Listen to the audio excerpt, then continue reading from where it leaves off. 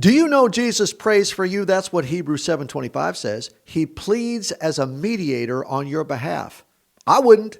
If I were Jesus, I wouldn't be praying for you. I wouldn't be mediating on your behalf. You say, you are a terrible pastor, and it's why I don't come to your church.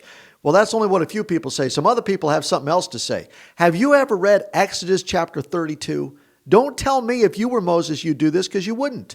Do you know what was happening? Moses was fasting 40 days. When's the last time you fasted 40 days? He's up talking to God, getting the 10 commandments. You know what's happening down below?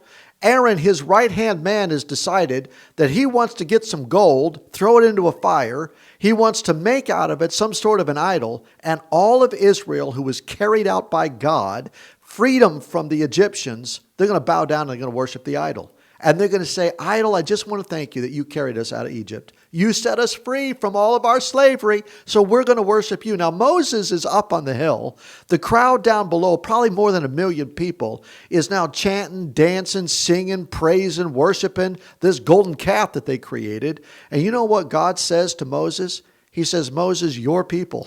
It's like a parent.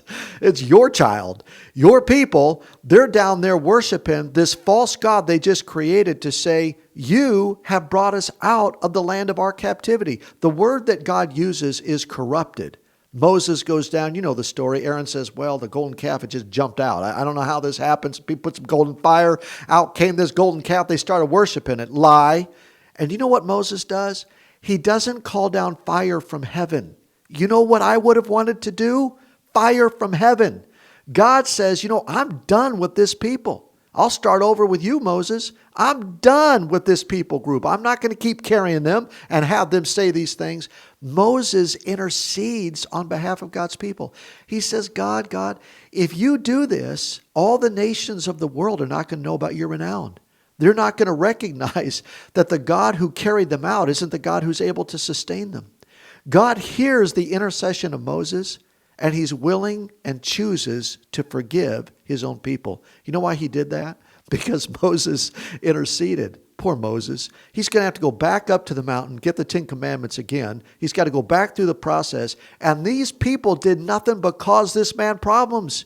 He's kept out of the promised land because he got so frustrated over the complaining of the people that he struck the rock twice, and he took the glory ultimately from God.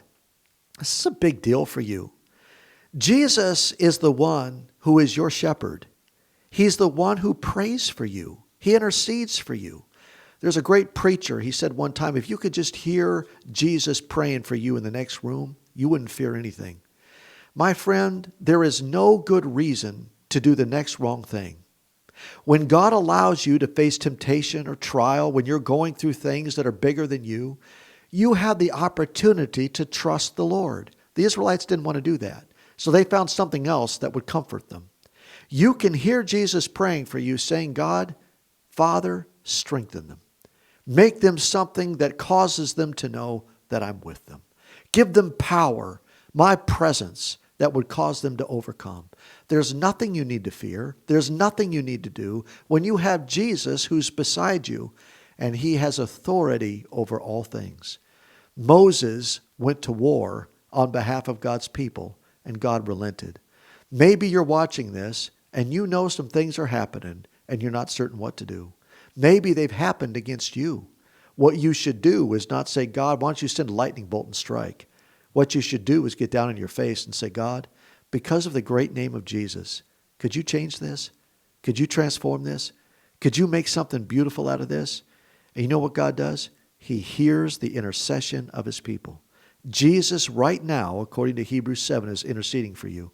He's willing to change everything if you'll let him.